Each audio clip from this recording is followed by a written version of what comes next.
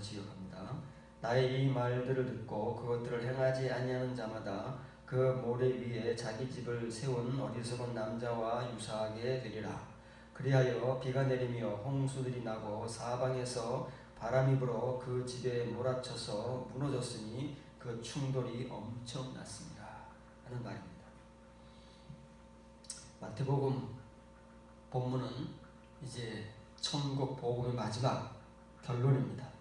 지금까지 5장, 6장, 7장의 내용들을 예수님께서 일반 유대인들이 아닌 제자들로 불려지는 그들에게 다 전하셨습니다. 그래서 이제 예수님께서 정리를 하시고 결론을 내리시는 겁니다. 내가 지금까지 너희들에게 천국 복음을 전했다. 문제는 너희가 이 말들을 들었는데 지킬 수 있느냐 하는 것이다. 말씀은 누구든지 다 들을 수 있지 않습니까? 듣는 거야 뭐 어려운 일 하나도 없습니다. 가만히 앉아서 귀로만 들으면 되는 것이니까 여기 있는 제자들이나 우리들이나 뭐 크게 차이가 없습니다. 그냥 귀에 들려오는 거 듣고 감동되면 아멘하고 또 듣기 좋은 말이면 마음에 기쁨을 가지고 그러면 뭐 되는 거죠. 문제는 뭐냐면 우리가 전하는 말, 듣는 말들을 과연 행할 수 있느냐 혹은 행하고 있느냐, 그게 중요한 것이지. 예수님께서는 지금 말씀을 듣는 거니까 행하는 것은 이제 산 밑으로 내려가서 각자 집으로 돌아가서 행할 일 아닙니까? 그러니까 이게 미래형이 돼야 되는데 현재형으로 전하고 있습니다. 듣고 행하고 있는 자.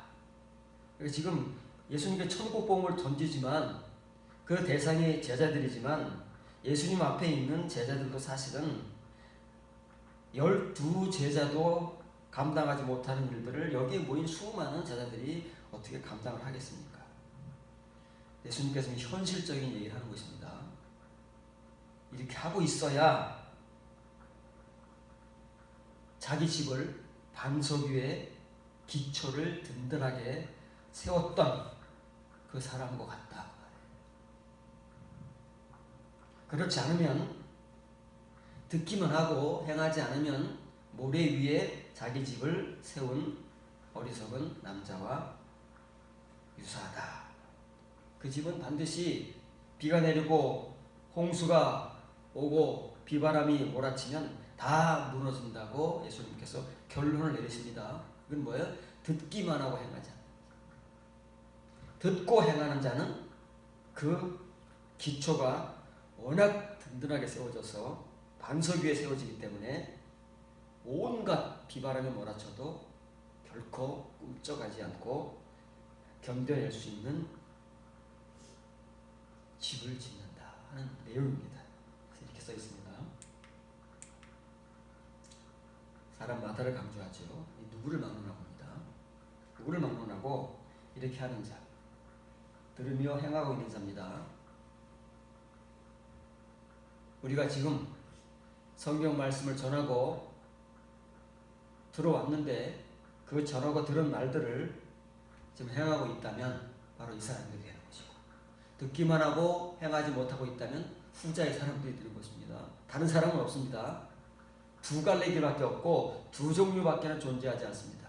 행하는 자, 행하지 못하는 자, 알곡, 쭉정이, 지혜로운 처녀, 어리석은 처녀, 양, 염소, 다른 종류는 없습니다. 하나님 앞에서는 믿는 사람들이 이렇게 두 부류로만 나눠지게 되어 있습니다. 예수님께서 지금까지 5장, 6장, 7장에 거쳐서 전하신 천국 복음, 영이 가난한 자는 행복하나니 천국이 저희 것입니다 하시는 그 영의 가난함부터 시작해서 전하신 모든 천국 복음들의 말씀들을 들으며 행하고 있는 자 말입니다. 근데 없잖아요. 지금 예수님 앞에 산속 깊은 곳까지 따라와서 이 말씀을 듣고 있는 제자들로 일컬어지는 사람들도 하지 못하는 일을 누가 하고 있겠습니까? 예수님 말씀을 사모해서 그 높은 산속까지 따라 올라온 이 제자들도 앞으로 미래의 일인데 이 사람들 빼고 지금 행하고 있는 사람들이 누가 있겠느냐. 그러나 반드시 있어야 됩니다. 있지 않으면 결과가 너무나도 초라하고 비참해지기 때문에 그렇습니다. 이렇게 말씀을 듣고 행하고 있는 사람은 이게 또 미련이잖아요. 분별 있는 남자와 같을 것이다. 사람이라는 단어를 쓰지 않습니다. 번역은 사람이라고 하지만 그것은 남자입니다. 뒤에 나오는 어리석은 사람도 남자입니다. 왜 남자라는 표현을 쓰느냐면 하나님을 믿고 예수님을 믿는 유대인들이나 우리들이나 지금 세월이 오래됐잖아요.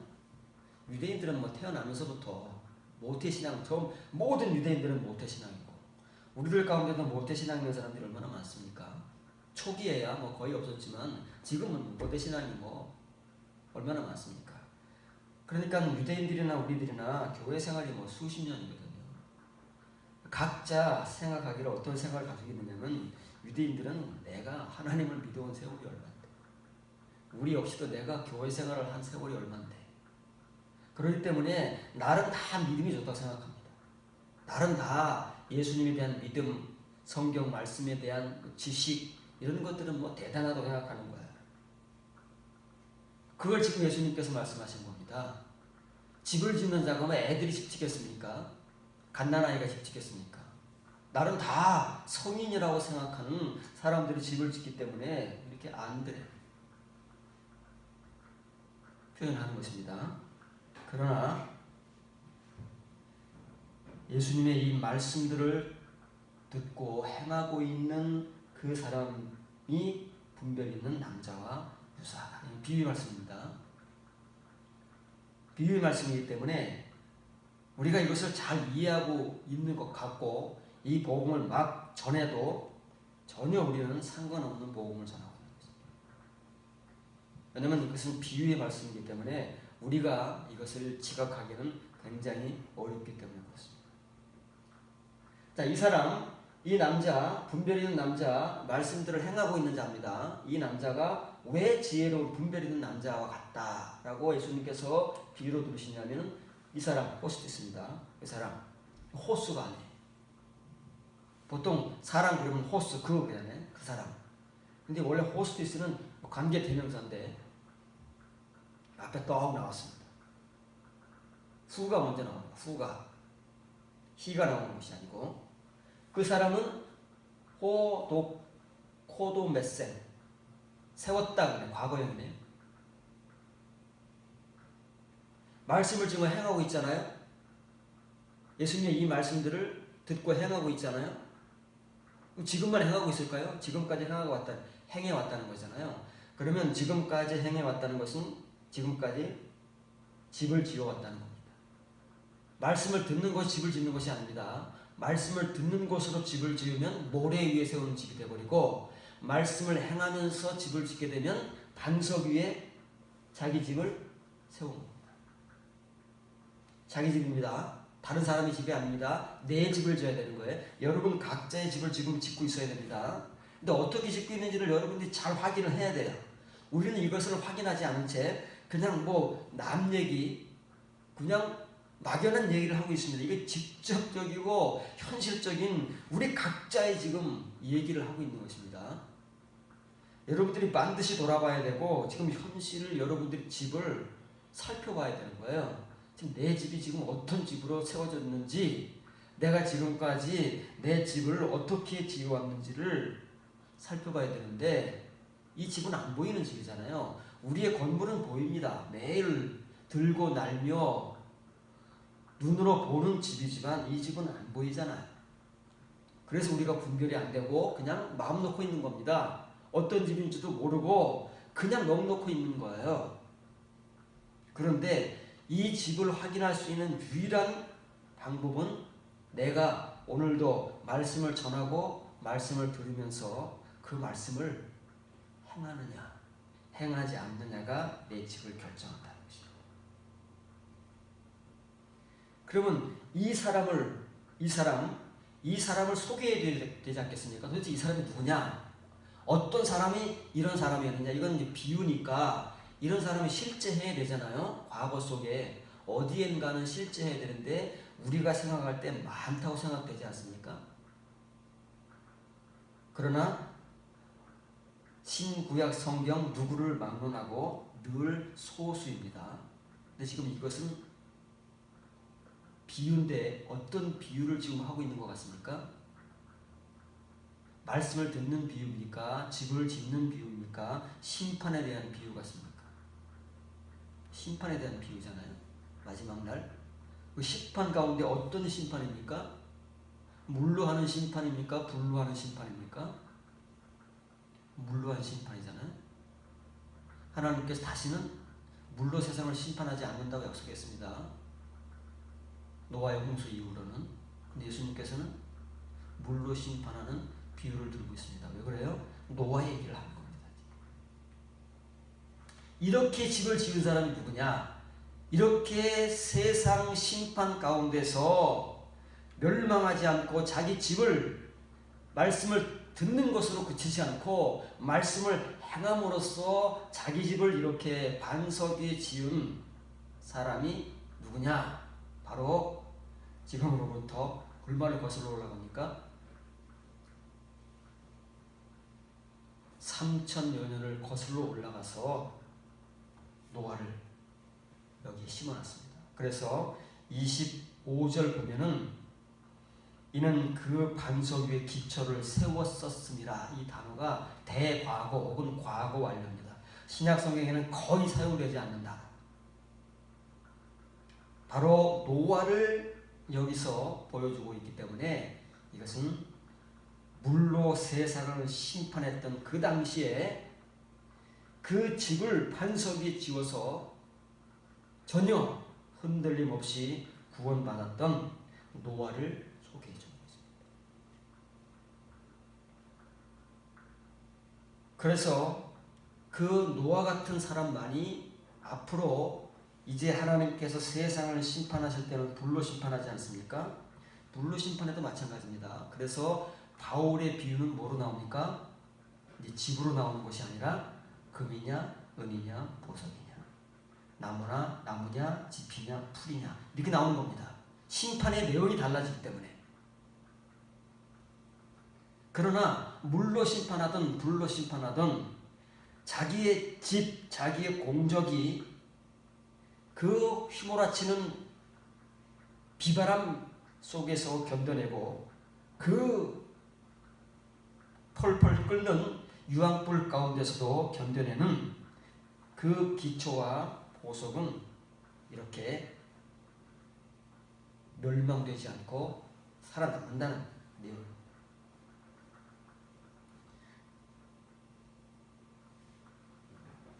기초를 세우다라는 단어가 세멜리오라는 단어인데 신약 성경에서 5번밖에 사용되지 않습니다. 5번밖에 사용되지 않습니다. 어디 있는지 모릅니다. 이건 정말 눈에 불을 켜고 찾아도 찾기 어렵습니다. 그렇지 않겠습니까? 신약 성경 27권 가운데 5번밖에 사용되지 않는데 도대체 어디서 이 단어가 사용되고 있을까? 어떻게 사용되고 있을까? 도대체 이 반석 위에 기초를 세웠었던 노아와 같이 그래서 하나님이 세상을 심판하실 때도 구원받을 수 있는 그 하나님의 은혜자와 같이 어떻게 하면 기초를 세웁니까? 어떻게 세우는 것이 노아와 같이 기초를 세웠기에 예수님께서는 이름은 밝히지 않지만 노아를 우리에게 증거로 삼고 있는가 하는 것들을 살펴봐야 우리가 말씀을 듣고 그것으로만 그치는 것이 아니라 말씀을 행하는 자가 되어서 우리의 집을, 우리 각자의 집을 노아와 같이 이렇게 견고하게 지어나갈 수 있는 것입니다. 먼저 반석 얘기가 나왔으니까 반석을 한번 소개해 줍니다. 똑같이 반석 위에 오이코도메오 하는 것입니다. 오이코도메오라는 단어는 41번 많이 사용됩니다. 비슷한 말이지만 이것은 오이코도메오는 기초가 든든히 세워져야 완성되는 것입니다. 이 세멜리오가 되지 않으면 건물은 완성되지 않잖아요. 이거는 오이코도메오라는 건 건물을 완성하는 것입니다. 내용은 비슷하지만 그 의미가 차이가 있습니다. 마태복음 16장 16절 18절입니다. 주는 그리스도시요 살아계신 하나님의 아들이시다. 예수께서 대답하여 이르시되 바요나 시몬아 내가 복이 있도다. 이를 내게 알게 하기는 혈육이 아니요 하늘에 계신 내 아버지시니라. 또 내가 내게 이르노니 너는 베드로라. 내가 이 반석 위에 교회를 세우리니 음부의 권세가 이기지 못하리라. 이렇게 예수님께서 가이사라 빌립보 지방에 있을 때, 가이사라 빌립보는 이스라엘의 최북단 항구입니다. 바로 그 위는 헐몬산입니다. 예수님께서 갈릴리 지역에서 복음을 전하시다가 이 가이사라 빌립보까지 올라가신 거예요. 다시 말하면 맨 끝 지역까지 올라가서 다시 훑어 내려오신 거다 그 말이에요. 복음을 유다 전역에 전하신다 그 말이에요. 그래서 다시 갈릴리 지역으로 내려오셨다가 또 유다로 가시지 않습니까? 여기서 유다라는 것은 예루살렘입니다. 예루살렘입니다. 남쪽까지 다 내려가신다 그 말이에요. 그래서 유다 전국에 있는 유대인들이 예수님의 소문을 듣고 예수님을 직접 눈으로 본 사람들이 그렇게 많지 않습니까? 거기서 예수님께서 이제 제자들에게 물어보셨잖아요. 사람들이 나를 누구라 하느냐? 거기는 뭐 대답을 잘합니다. 뭐 예레미야라고 한다. 이사야라고 한다. 그래?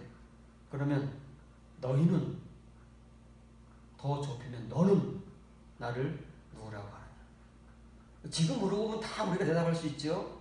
성경에 써 있으니까 주는 그러시듯이요 하나님의 아들이십니다. 이 말을 뭐 못하는 사람이 어디 있고 이 말 못 읽는 사람이 어디 있고 이 말을 암송하고 있는 사람들이 얼마나 되겠습니까? 암송하지 못하고 있는 사람. 지금은 너무 쉬운 거예요. 근데 그 당시에는 이게 사람이 할 수 있는 말이 아니다. 본문을 지적합니다.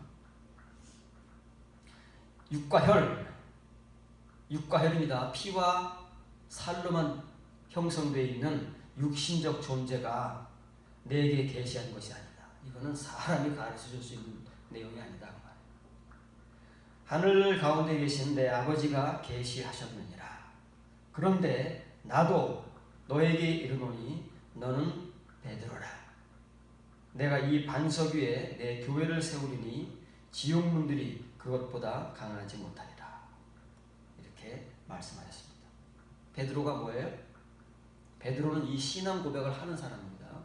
글자 외우는 사람이 아니고 이렇게 하나님께서 아포칼립토 하나님의 말씀을 껍데기를 벗겨서 속에 있는 레마의 말씀으로 보여주시는, 그래서 보게 되는 그 사람이 베드로라는 것입니다. 반석입니다. 남성형 명사 반석, 뒤에 나오는 반석은 여성형 명사 반석, 똑같습니다. 이게 베드로가 되는 거예요. 베드로는 다른 사람이 아닙니다. 왜 예수님께서 특별히 이 시몬에게만 베드로라는 이름을 지어두셨느냐면 이 신앙 고백 때문에 그런 겁니다. 이건 베드로가 어디서 배워온 게 아니에요. 어떤 라피가 가르칠 수 있는 게 아닙니다. 오직 아버지 하나님께서만 계시 아포칼립토 해주실 수 있는 내용이기 때문에 뭐 베드로가 이 고백을 했다고 했으면 베드로가 금방 달라졌습니까? 달라지지 않습니다. 왜냐하면 하나님께서 지금 반짝 이 순간만 반짝 계시해주고 딱 다시 덮어버리셨기 때문에. 그래서 이 베드로라는 이름은 얻었지만 이 베드로가 베드로입니까? 앞으로 3년 동안 얻었습니까? 얼마나 실수 많이 하고 얼마나 허접하고 얼마나 큰 소리만 떵떵 치지 자기의 그 수치스럽고 비참한 모습들을 얼마나 다 드러냅니까? 이게 진짜 계시봐야 됩니다. 이 은혜, 베드로가 되어서 마가의 다락방을 거친 베드로가 되어야 비로소 자기의 과거의 행실들을 청산하고 그 수치스럽고 비참한 모습을 더 이상 드러내지 않고 정말 담대하고 자기의 목숨을 내놓을 수 있는 진짜 베드로가 되는 거예요. 근데 우리는 아직도 이걸 그냥 흉내만 내고 있지 않습니까? 암송만 하고 있으니까 전혀 우리에게는 이때 베드로 모습밖에 없습니다. 이렇게 흉내내는, 이게 흉내입니다. 하나님께서 한번 하게 해주셔서 흉내내는 거예요. 베드로가 진짜 신앙 고백하는 게 아닙니다. 진짜 신앙 고백은 나중에 나오는 거예요. 그런데 여기 보면 재미있는 말이 지옥문이 나오는데 음부의 권세라고 그러잖아요. 이건 이상한 말로 싹 가려놓은 거예요. 직접적으로 써있는 말 하데스입니다. 하데스. 하데스는 지옥입니다. 음부라는 말은 출처 불명의 말입니다. 구약 성경에 쉐올이라는 단어가 있죠. 쉐올, 음부라는 말이 있잖아요. 그 쉐올이거든요. 그것도 지옥을 나타내는 말인데 이걸 이제 그거를 직접적으로 표현도 못하고 이렇게 뭐가 무서워서 그러는지 음부라는 진짜 뭐 이해도 되지 않는 말 그런 말로 표현했습니다. 지옥문인데 지옥문은 많습니다. 복수입니다. 지옥문들입니다. 지옥문들은 여기저기 있어요. 왜 들어가는 사람들이 너무 많으니까 거기는 아무나 들어갑니다. 아무나 발로 차면 다 들어가는 거예요. 그러니까 지옥문들은 많습니다. 그런데 마태복음 25장에 천국문이 나오잖아요. 거기 천국문이 나오는 거예요. 거기밖에 천국문이 안 나와요.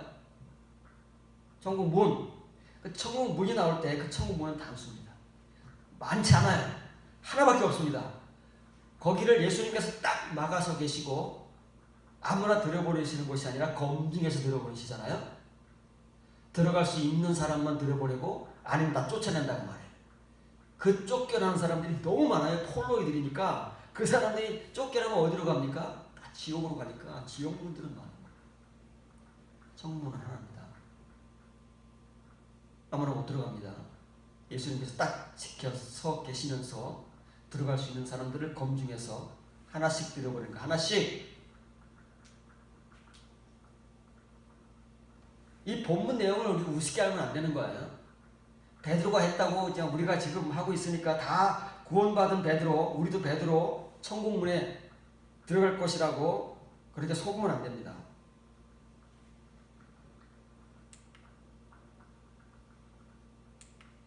읽겠습니다. 시몬입니다. 원래 이름은 시몬이에요. 시몬인데 그 아버지가 요나입니다.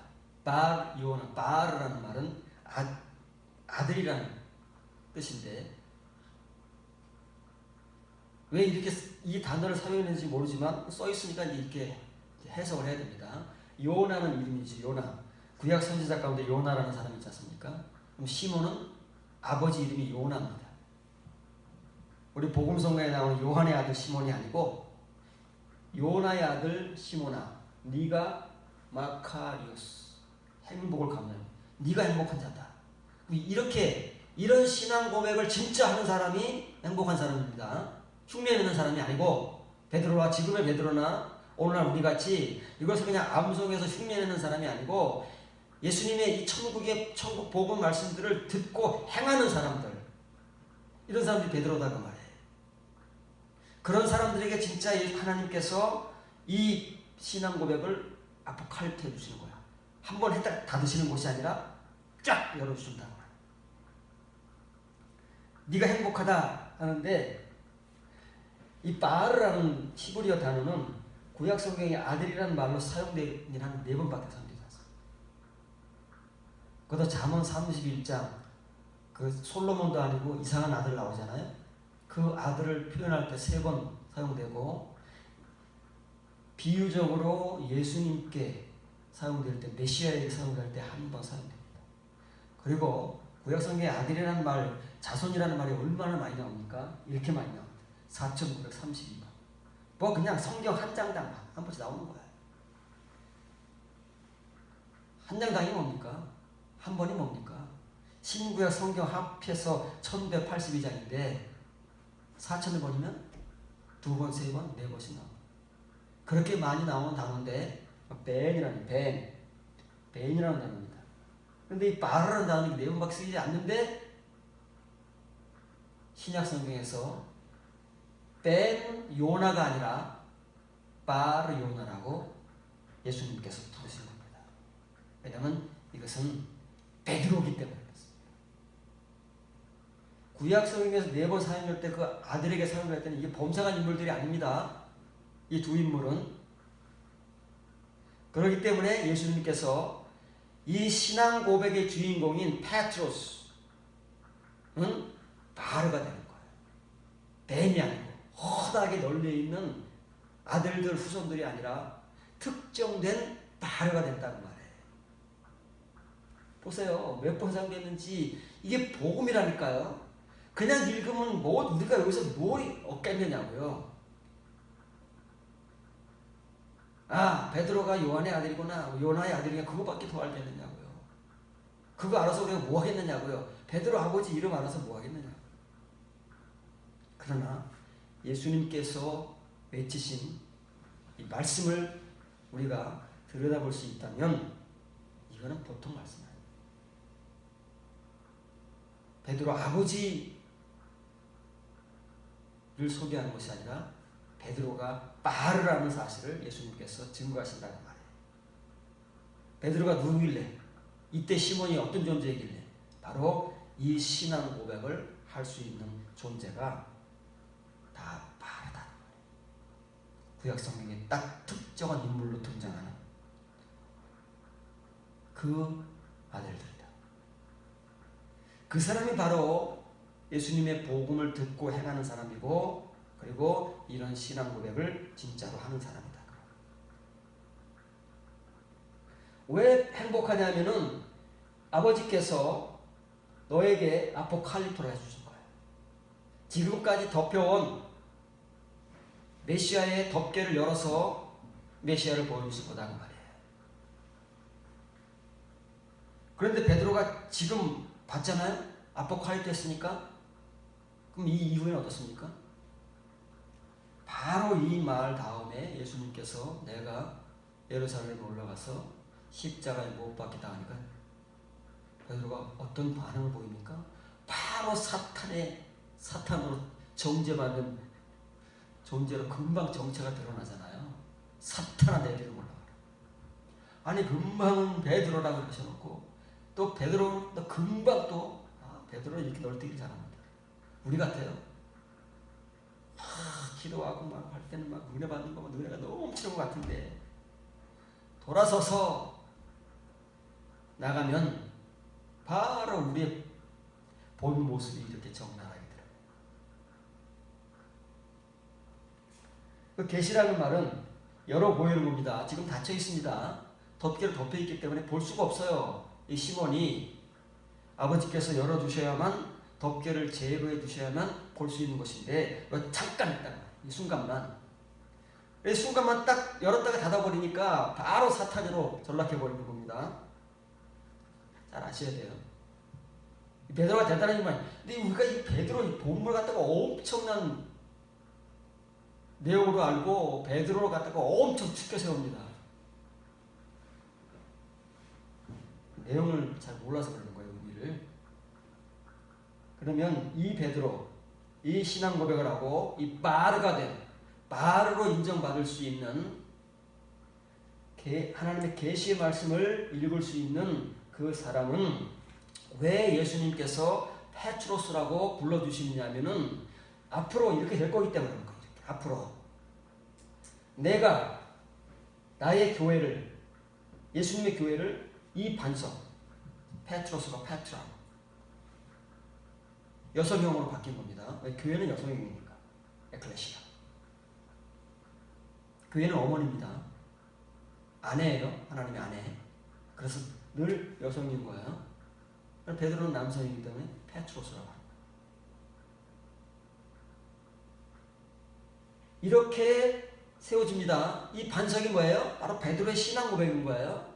신앙 고백은 우리가 말로 해서 하는 것이 아니고 암송하는 것이 아니라 정말 하나님께서 우리 앞에 이 덮여진 신구약 성경 말씀을 덮개를 제거해서 그 속에 있는 다바라와 레마를 보게 하시는 그 사람, 바로 하나님의 바르, 그 사람이 베드로가 되는 것이고, 그 베드로는 이러한 반석의 존재다. 그리고 하나님의 교회는 그 계시를 가지고 있는, 그 속 말씀을 가지고 있는 그 사람 위에 세워지는 거예요. 그 사람의 복음. 자, 지금부터는 이제 세멜리오, 그 기초를 세운다는 말이 어떻게 하는 것이 심판날에 멸망하지 않고 노아와 같이 구원받는 그 기초를 세우는 사람인가? 거기에 대한 말씀들을 소개하도록 하겠습니다. 골로새서 1장 21절 23절입니다. 전에 악한 행실로 멀리 떠나 마음으로 원수가 되었던 너희를 이제는 그의 육체의 죽음으로 말미암아 화목하게 하사 너희를 거룩하고 흠없고 책망할 것이 없는 자로 그 앞에 세우고자 하셨으니, 만일 너희가 믿음에 거하고 터 위에 굳게 서서 너희 들은 바 복음의 소망에서 흔들리지 아니하면 그리하리라 라고 한글로 써있기 때문에 지금 우리가 알고 있는 복음인 줄 압니다. 우리가 들은 복음인 줄 아는 거예요. 주 예수를 믿으라 그러면 너와 내 집이 구원을 얻으리라. 이 우리가 아는 복음, 예수님 복음 거기잖아요. 그 복음인 줄 압니다. 그러면 골로새 교회 바울이 이 서신을 쓸 이유가 없습니다. 이미 골로새 교회는 그런 거에 대해서는 아주 강한 교회입니다. 초대교회 터키 지역, 그리스 지역에 있는 교회들은 거기에 대해서는 강합니다. 왜냐하면 다른 사람도 아닌 바울에 의해서 복음을 전환받고 교회가 세워지고 가르침을 받았기 때문에 그 복음에 대해서는 우리는 비교가 안 됩니다. 바울이 그 복음을 얘기하겠습니까? 그 복음을 전하려고 서신을 또 쓰겠습니까? 굳이 부득불? 이 본문을 즐기게 보면은 그 이유를 알게 됩니다. 전에는 멀리 있어 악한 행위들로 지각에 대하여 원수였으나 너희를 이제는 거룩하고 흠없고 책망할 것 없는 자로 그 앞에 세우려고 그의 육신의 죽음으로 말미암아 화목하게 하셨으니, 여기까지는 이제 초기 복음인 거예요. 표면의 복음인 거예요. 예수님의 십자가의 복음. 그런데 이제 현실을 말합니다. 만일 너희가 정말 터가 세워져 온 만큼 그 믿음에 온전하게 거하며 들은 바 복음의 소망으로부터 견고하여 흔들리지 아니하면 그리하리라. 여기서부터는 가정법입니다. 이 복음을 다 들었잖아요. 그러니 골로새 교회나 그 당시 교회들이나 오늘날 우리들이나 이 예수님의 십자가 복음에 대해서 무엇을 모르겠습니까? 수십 년 들어오고 믿어왔는데, 그런데 골로새 교회들에게 바울은 그 복음에 대해서, 표면의 복음에 대해서는 사실이니까 거기는 현실이에요. 그건 그냥 가정법일 수가 없어요. 그럴 필요가 없습니다. 그런데 뒤의 내용은 그럴 수도 있고 그럴 수도 없는 거예요. 사람에 따라서. 그렇기 때문에 뒤의 내용은 가정법으로 전하는 것입니다. 이것 때문에 서신을 보내는 거예요. 표면의 복음 때문에 전하는 것이 아니고 그런 필요가 없어요. 그래서 이 뒤에 나온 내용이 어떤 것이냐, 이렇게 되어야 정말 복음의 소망에 대해서 바울이 전하는 대로 된다는데, 이 내용이 뭐냐?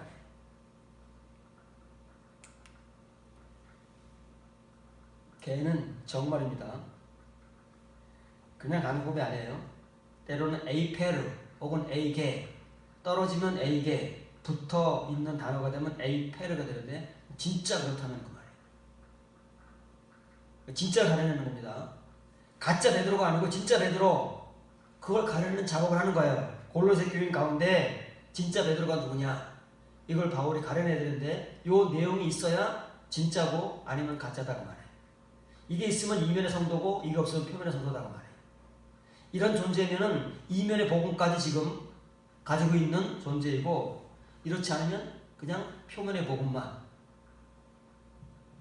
가지고 있으나 후에 이렇게 쭉정이로, 염소로, 그리고 어리석은 처녀로 나뉘어지는 그런 존재다. 이 믿음의 위에 거하는 게 아니라 이 믿음에 대하여 온전히 거하는 겁니다. 에피가 들었으면 에피기노스코, 온전히 알다 그 말이잖아요. 그 믿음에 대하여, 그 믿음이 뭐예요? 그 예수님의 십자가의 복음. 예수님께서 자기 목숨을 십자가에 내놓으시고 그 죽음을 통하여서 하나님과 이렇게 원수된 골로새 교인들, 그 당시 초대교인들, 오늘날 우리들을 화목하게 하셨잖아요. 그 믿음입니다. 그런데 그 믿음이 다 사람마다 다르다 그 말이에요. 표면은 다 똑같습니다. 다를 게 없어요. 왜냐하면 동일한 내용을 믿고 동일한 복음을 믿고 동일한 믿음을 갖기 때문에 거기에 대해서는 변함이 없지만 이제 이 내용에 따라서는 이제 막 확확 변화가 되는 거예요. 사람마다 정도차가 확확 생긴다는 말이에요. 그래서 개라는 단어는 영어 성경에서 번역할 때 이걸 번역을 해줍니다. indeed, 참으로라는 단어, 정말. 한글에는 없잖아요. 항상 이렇게 쓰는 게 아닙니다. 이렇게 쓰는 경우는 그렇게 많지 않아요. 흔하지 않지만 이렇게 강조할 때 하는 것입니다. 진짜냐 가짜냐를 구분할 때 에이펠 혹은 에이게 이런 이제 표현이 나오는 거예요. 인이 아닙니다. 투입니다. 이건 역격이니까 to the faith예요. 믿음 안에 거하는 게 아닙니다. 믿음에 대하여. 예수님의 십자가의 복음, 그 표면의 복음은 지금 다 들었잖아요. 그럼 몇 년 동안 지금 신앙생활을 잘 해오고 있습니다. 그러면 그 표면의 복음에 대해서 진짜 이렇게 됐느냐고 말이에요. 이렇게 됐으면 여러분들의 그 복음은 이면의 복음. 그러나 이게 없으면 여러분들의 복음은 그냥 표면의 복음이다. 그걸 말하는. 근데 우리는 이런 관계없이 그냥 한글로 읽어버리면 뭐가 무슨 말인지 모르고 그냥 우리는 그런 말밖에 모르니까 그냥 복음을 아멘하는 거예요. 왜냐하면 골로새 교회나 우리 교회는 그 동일한 표면의 복음을 가지고 있기 때문에 그 복음의 확신을 갖고 있잖아요. 확신 없는 사람이 있습니까? 그러면 이제 이 두 개가 문제인 거예요. 현재 완료잖아요. 이 골로새 교인들이 바울이 세운 교회는 아니지만 에바브라가 누군가에게 복음을 듣고 골로새 교회를 개척했습니다. 그래서 정말 이 에바브라는 바울이 인정하는 만큼 신실하고 진실하게 교회를 섬기고 말씀을 가르쳐 온 거예요. 그래서 현재 완료한 거예요. 기초를 세워온 만큼. 기초가 세워져 오면은 이게 되는 거예요. 견고하여 뒤에 흔들리지 않는다. 그럼 이 텔레오가, 테스메오가 이제 세멜레오가 문제인 거지. 얼마만큼 터가 세워졌느냐. 그 복음에 대해서. 그래, 이 누가 누군지 모르고 이거는 진짜이기 때문에 이렇게 돼야 되기 때문에 가정법 중에서도 강조하는 개라는 단어를 사용하는 거예요. 여러분들 가운데 만일 여러분이 진짜로 그 믿음에 대해서 이렇게 온전히 거한다면 어떻게 해요? 네, 터가 세워져 와서 견고하고 흔들림 없는 상태로 그 믿음에 대하여 진짜 거하고 있다면 그 말이에요.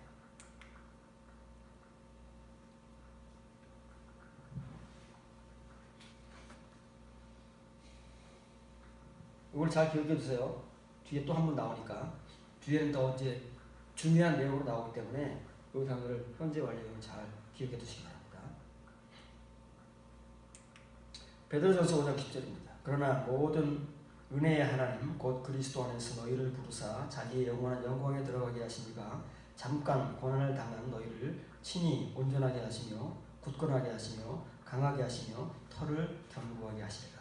이제 이 터가 견고하게 된다, 기초가 든든하게 된다는 그 내용이 그 과정이 어느 줄에 있는지 그걸 이제 베드로가 정확하게 보여주는 거예요.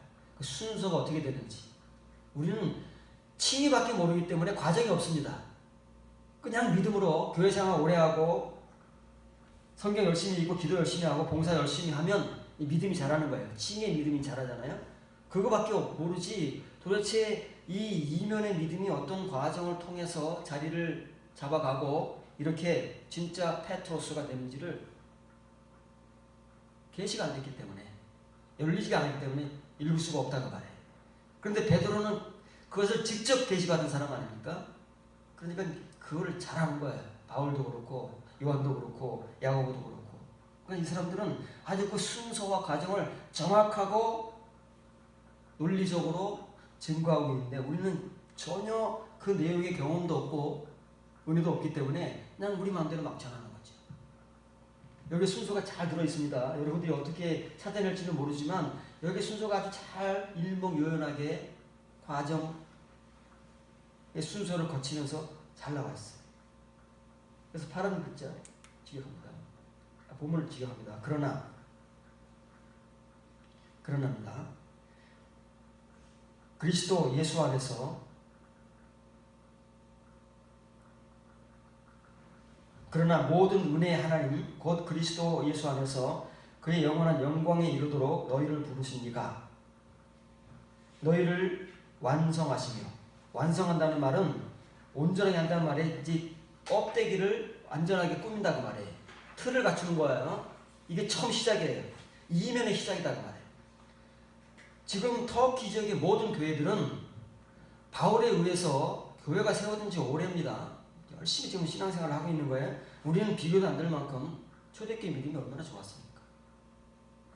교회 생활을 하고 있는 거예요.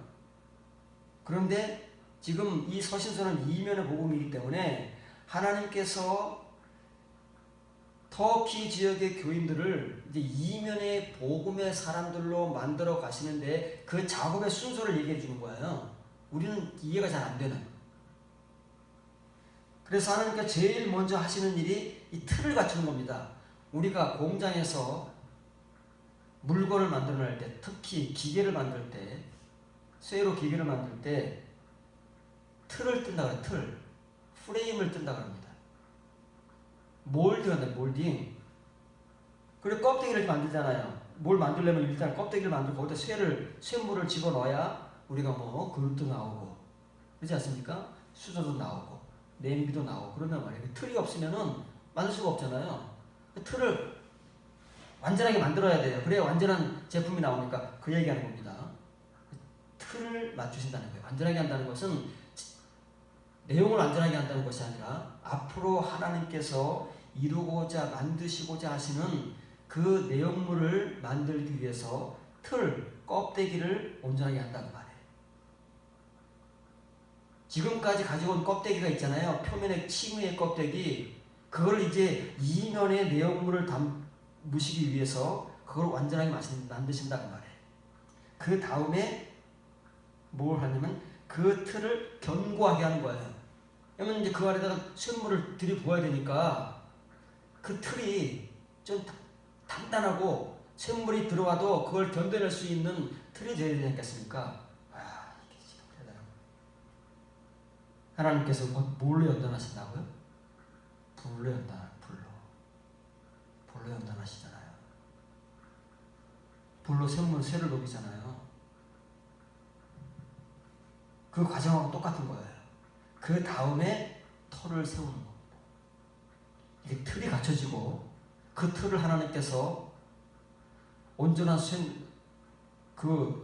쇳물을 부을 수 있도록 단단하게 견고하게 만드신 다음에 그 다음에 털을 세우는 거예요. 이 털을 세운다는 게 이런 내용입니다.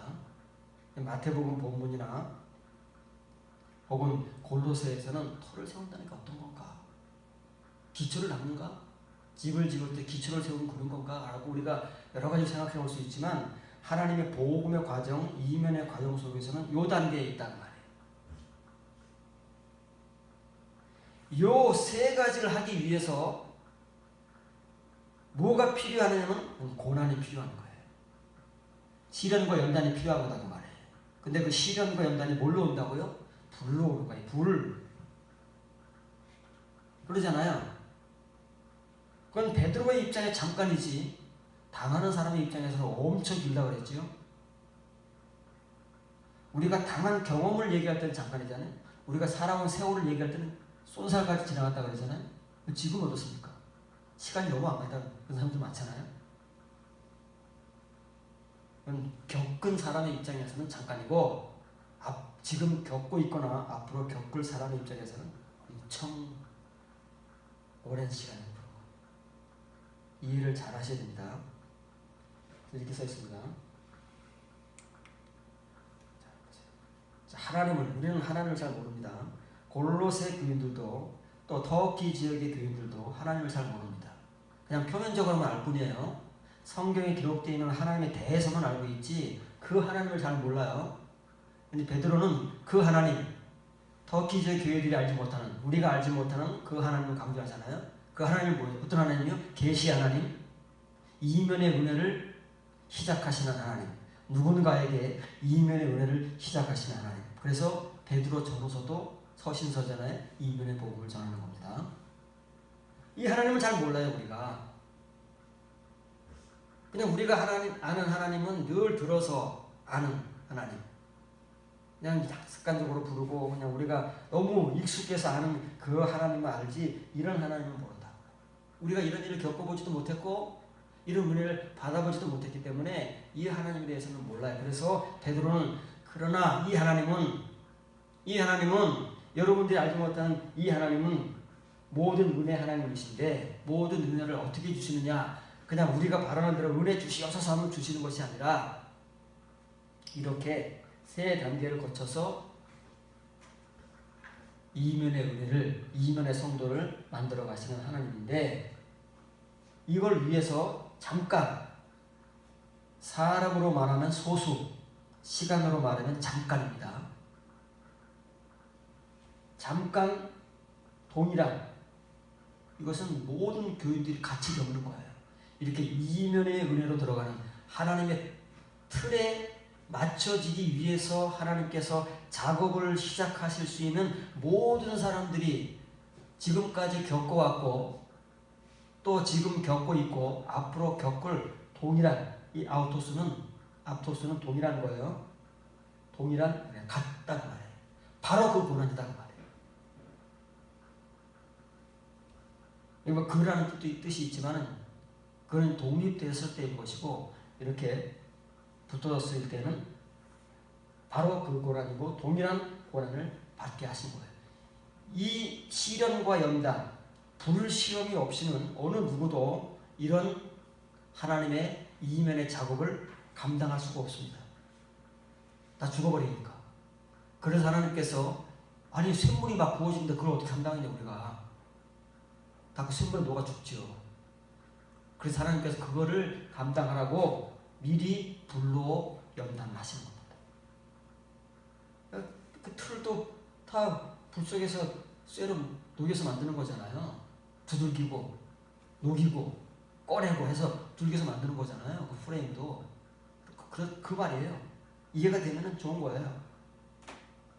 이제 뭐 어떻게 하시려고 이렇게 고난을 받게 하시는 이 세 가지입니다. 카타르티조라는 말이 이 틀을 갖추는 겁니다. 프레임을 만드는 거예요. 프레임. 틀을 갖추시고 그 다음에 견고하게 하는 거예요. 쇳물을 받아들일 수 있도록 더 두들기고 더 완벽하게 그 틀을 갖추는 거예요. 그걸 견고하게 한다는 거예요. 그래서 그 다음에 강하게 하는 겁니다. 네 번째가 털을 세우는 거예요. 그래서 이게 중요한 거예요. 그래서 이 털을 세운 사람만이 자기 집을 반석이 지은 사람. 노아와 같이 그 심판 속에서 구원받는 거예요. 그 노아는 말씀을 듣는 것으로만 그치는 것이 아니라 하나님께서 하신 말씀을 듣고 그 말씀을 실행했잖아요. 그 오랜 시간 그 주위의 모든 사람들이 손가락질하고 조롱하고 비웃는 그 속에서 혼자 꿋꿋하게 그 모든 것을 견디면서 쉬운 일입니까? 쉬운 일이면 아무나 다 한다니까요. 우리도 다 할 수 있다니까요. 그러나 노아 같은 사람만 감당할 수 있는 그게 바로 세밀리브라 하신 거예요. 그러면 이제 이걸 전부 포함하고 있는 내용입니다. 골로새와 베드로서를 전부 포함하고 있는 내용. 더 그 내용을 구체적으로 이제 펼쳐서 전하는 성경이 에베소입니다. 에베소가 가장 내용이 어렵고 내용이 아주 체계적이고 그렇습니다. 왜냐면 그래도 그 당시에 칭의 교회 가운데서는 에베소 교회가 최고입니다.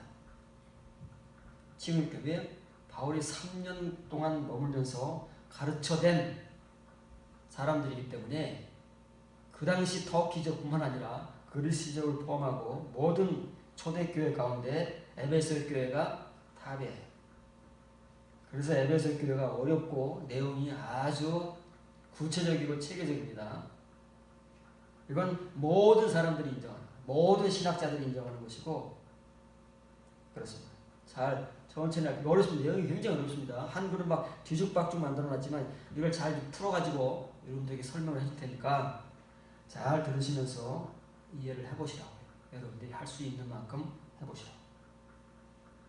그의 영광의 풍성함을 따라 그의 성령으로 말미암아 너희 속사람을 능력으로 강건하게 하시오며 믿음으로 말미암아 그리스도께서 너희 마음에 계시게 하시옵고. 그래서 본문을 직역하면 믿음으로 말미암아 그리스도께서 너희 가운데 거하시도록 사랑으로 뿌리가 박혀오고 터가 세워져 온 만큼, 현재 알려잖아요. 칭의의 은혜가 이만큼 되어온 만큼 그의 영광의 풍성함을 따라 그의 영으로 말미암아 그 속사람에 이르도록 능력으로 강해지게 허락하시기를 원합니다. 이제 이게 뿌리가 박혀오고 터가, 칭의의 터가 이렇게 세워준 사람만이 겨우 속사람이 이르는 거야. 그만큼 다 그냥 어중이 떠중이 들어가는 것이 아니라 이렇게 들어간다고 말해요.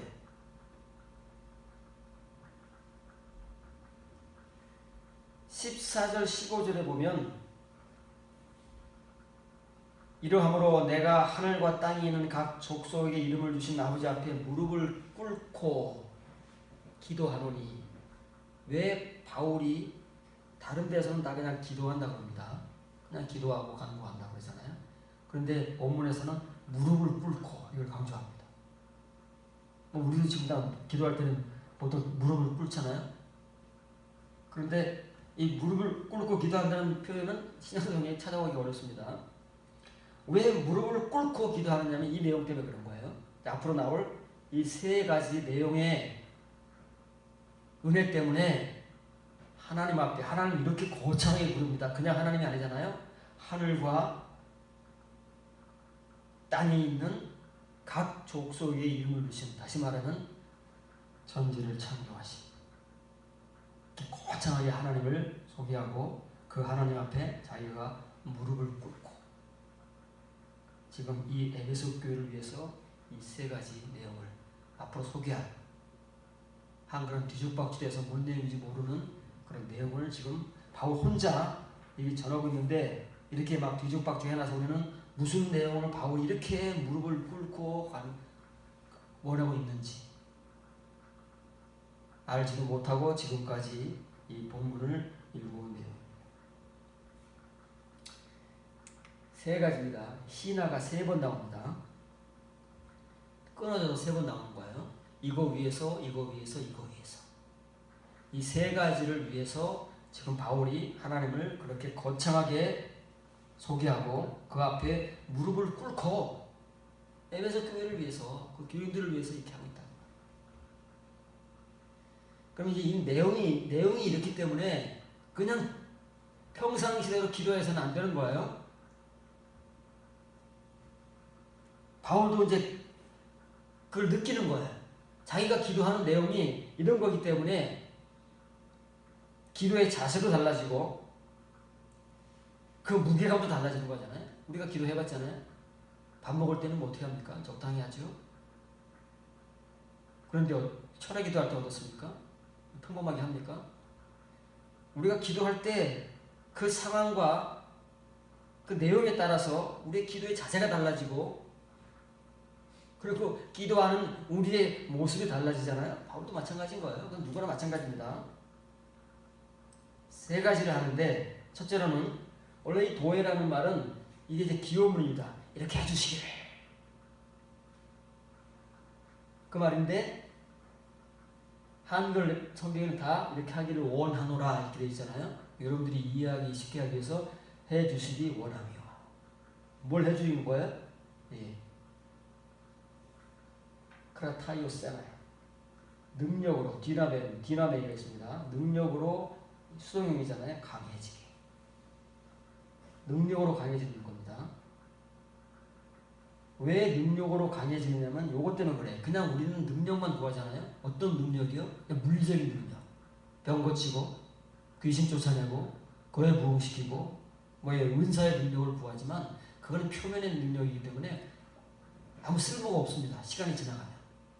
더 이상 쓸모가 없는, 하나님께서 주시지도 않고 찾지도 않으시는, 그러나 하나님께서 우리에게 주시고자 하시는 진짜 능력, 사도들이 그 당시 초대교회들에게 하나님께 주시고자 하시는 그렇게 간절하게 원했던 진짜 능력은 그런 물리적인 능력이 아니라 이런 능력입니다. 속사람이 이루고, 이면의 은혜에 이루고, 온전함이 이루고, 거룩함이 이루고, 순결함이 이루고, 사랑이 이루고, 이런 이면의 능력이지 물리적인 능력은 이제 더 이상 구하지도 않아요. 그건 초기에 나간 거죠. 속사람입니다. 속사람이 뭐죠? 우리는 다 지금 예수 그리스도를 믿음으로써 우리의 겉사람이 다 죽어지고 소멸되고 죄의 상을 받아서 거룩해지고 정결해지고, 그리고 속사람이 있다고 믿잖아요. 안 그렇습니까? 여러분 속사람 없습니까? 속사람이 있다고 믿어지지만 그러나 그것은 표면의 속사람이고, 이 이면의 속사람이 이르려면은 어떤 능력이 얼마나 필요한지 모릅니다. 그래 본 적이 없기 때문에. 바울이 지금 그 당시 최고의 교회인 에베소 교인들을 향해서 이 복음을 전하는데 우리는 언감생심이죠. 언제 우리가 이 복음을 정말 들을 수 있을지 모릅니다.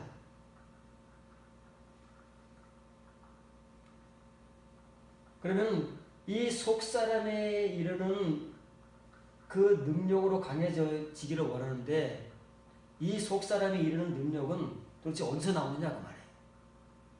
여기서 나온다고 말이에요. 여기서 뿌리가 박혀오고 터가 세워져 온 만큼 그게 사랑이 되는 거예요. 사랑은 이제 우리가 알고 있는 사랑을 생각하면 안 된다고 그랬습니다. 사랑은 이면의 모든 말씀과 은혜가 사랑이에요. 거기서 나오는 것만이 진짜 사랑인 거예요. 우리가 알고 있는 사랑은 가짜 사랑이고, 그건 우리가 말하는 사랑이고, 성경에서 말하는 사랑은 이런 겁니다. 뿌리가 박혀오고 터가 세워져 온 만큼 속사람이 이르는 거예요. 절대 이면의 은혜는 거저가 없다고 그랬잖아요. 우리가 아무것도 안 했는데 주어지지 않습니다. 그건 칭의의 은혜이기 때문에 공로 행위 없이 주어지는 것이지, 하나님께서 이제 틀을 만들기 시작할 때 그 작업에 동참할 수 있는 사람은 거저 주어지는 게 없습니다. 자기가 칭의의 신앙생활이라도 이렇게 해온 만큼 사랑 안에 들어가는 것이고, 그만큼 속사람에 이르는 것이고, 그만큼 능력이 생기는 거예요.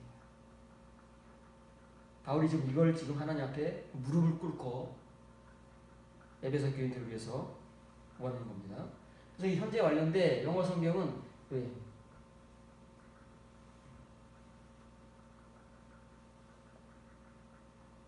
이제 현재 분사로 말하죠. 이 현재 완료 분사인데, 원래는 이게 뭐예요? having been입니다. having been 이렇게 되어야 되는데 현재로 말해놨어. 그러니까 의미를 다 죽여놓는 겁니다. 원래는 언어에서는 뭐가 중요하냐면 시제가 중요합니다. 그 다음에 수가 중요합니다. 단수냐 복수냐. 그 다음에 동사가 중요해요. 동사가 중요해요. 시제 때문에. 언어를 조금이라도 아는 사람들은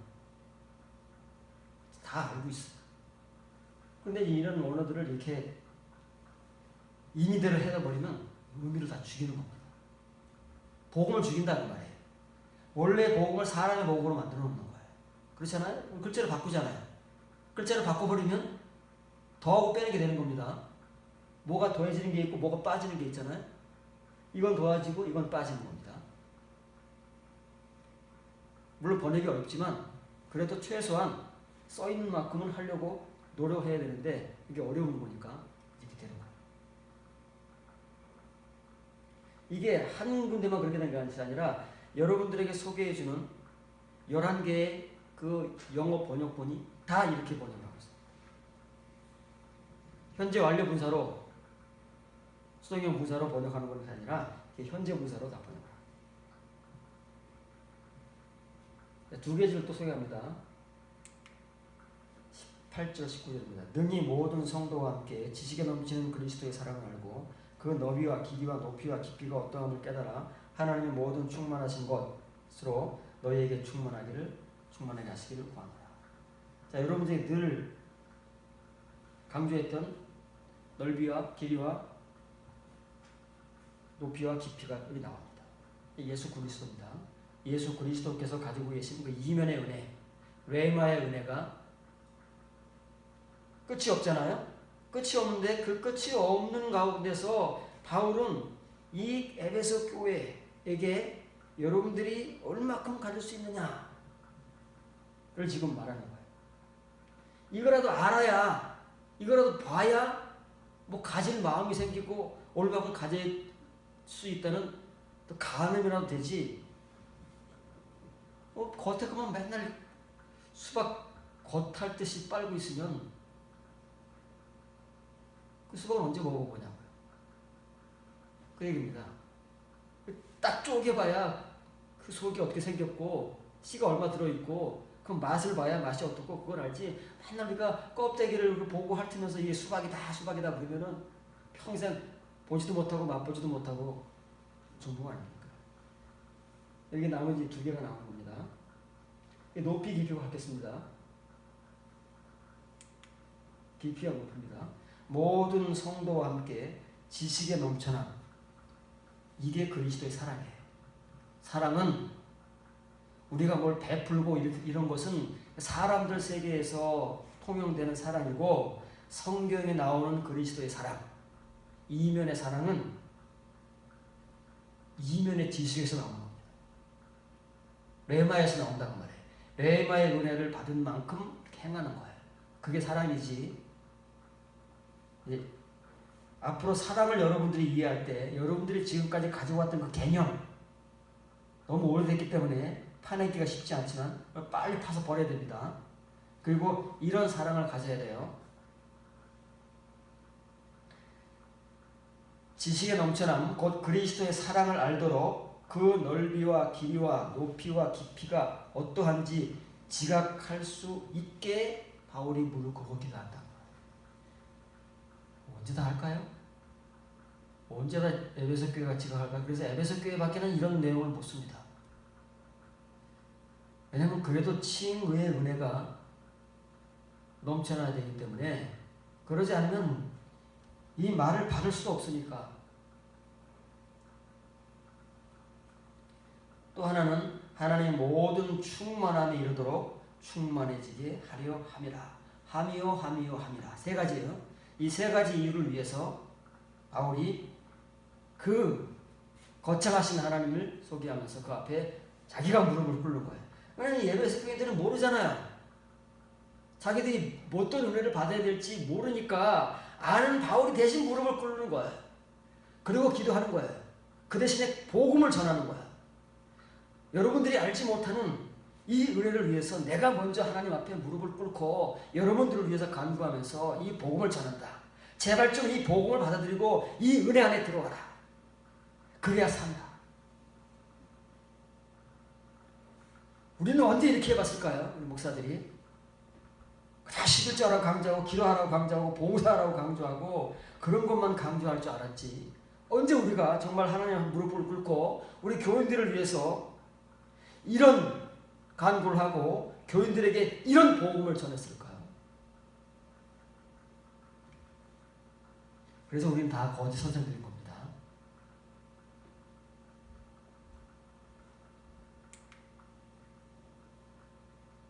엑시스 휘스테라는 말은 충분히 할 수 있다는 말이에요.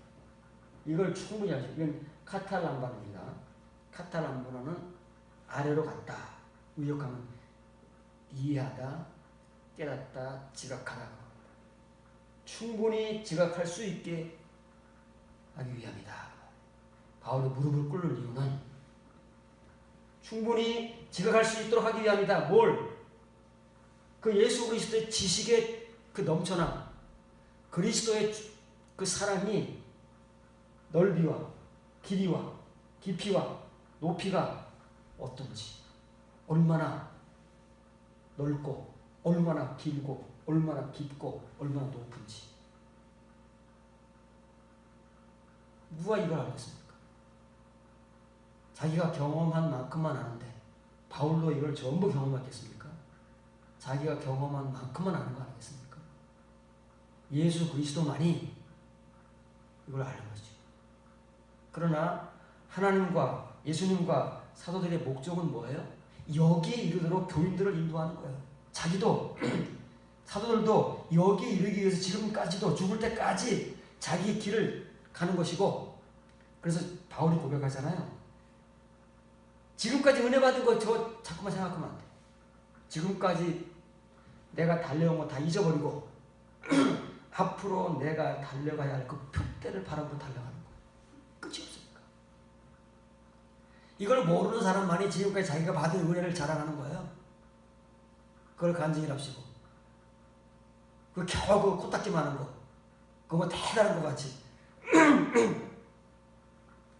진짜 우리가 이렇게 넘치도록 있는 이 보고를 알지 못하니까 그냥 우리가 껍데기로 조금 가지고 있는 그거를 뭐 대단한 은혜인 줄 알고 자랑하고, 내가 이런 은혜를 받았네, 이런 경험을 했네 하고 사람들 앞에서 자랑이라고 간증을 하고 있는 것이지, 진짜 이 세계에 들어가 보면 우리가 얼마나 초라하고 얼마나 가난하고 얼마나 정말 불쌍한 존재인가를 알게 된다는 말이에요. 그러면 그때부터 정신이 없는 거예요. 자랑할 게 어디 있어요? 그래서 바울이 그러잖아요. 이런 은혜에 들어온 사람들은 자랑할 거라고는 자기 약함밖에 없대잖아요. 아, 이게 펼쳐지는데 자기가 지금까지 걸어온 길이 얼마나 초라하고 얼마나 부족하고 얼마나 연약하겠느냐고요. 알면 자기 연약함을 자랑하는 것이고 모르면 자기의 잘남을 자랑한다고 말해요. 그걸로 구분하면 됩니다.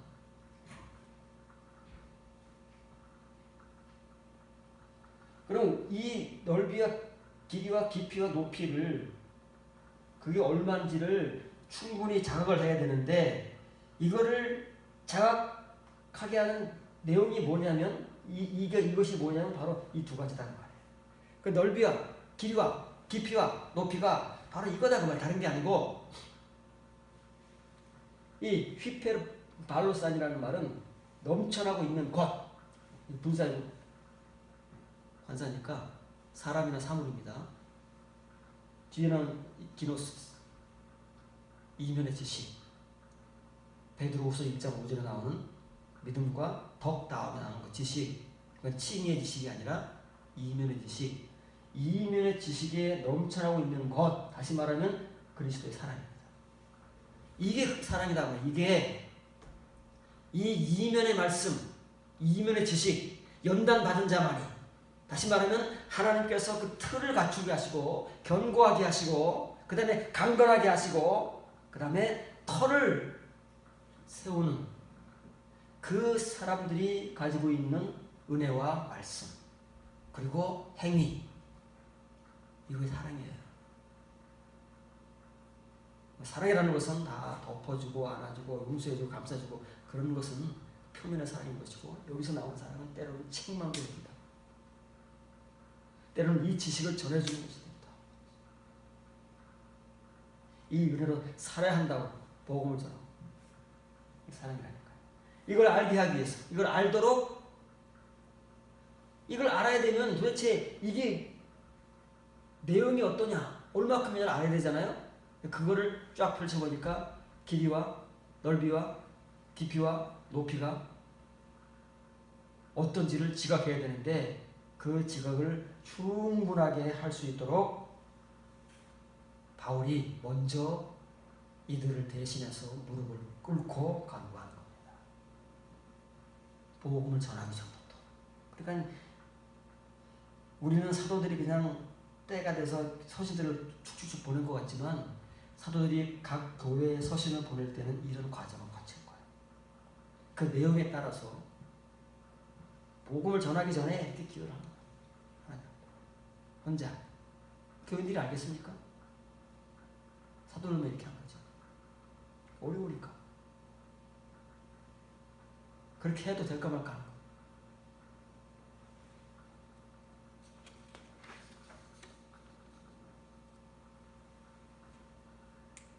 이것이 결국에는 또 신화를 그러잖아요. 신화가 3번 나오는 거예요. 이거 하기 위해서, 이거 하기 위해서, 이거 하기 위해서. 그냥 플레로 세트는 수동형이잖아요. 충만해지게 하기 위해서. 뭘로 충만해져요? 하나님의 그 모든 충만함이 이르도록. 하나님의 충만함이 예수 그리스도의 충만함이고 예수 그리스도의 충만함은 그분의 지식에 넘치고 있는 것. 다시 말하면 그분의 사랑이고 그것이 능력이고 그것이 뿌리가 박히고 터가 세워져 온 만큼 속사람에 이루고 있는 각자의 몫이라는 거예요. 그러니까 에베소 교인들도 각자가 다 달라요. 속사람에 이룬 것, 예수 그리스도의 사랑과 지식에 이룬 것, 하나님의 그 모든 충만하심에 이룬 것이 사람마다 다르다는 거예요. 그런데 대부분 아직 발도 드러놓지 못하고 있는 거예요. 왜냐하면 그 발이라도 드러내려면 하나님께서 그 틀 작업이라도 마치셔야 돼요.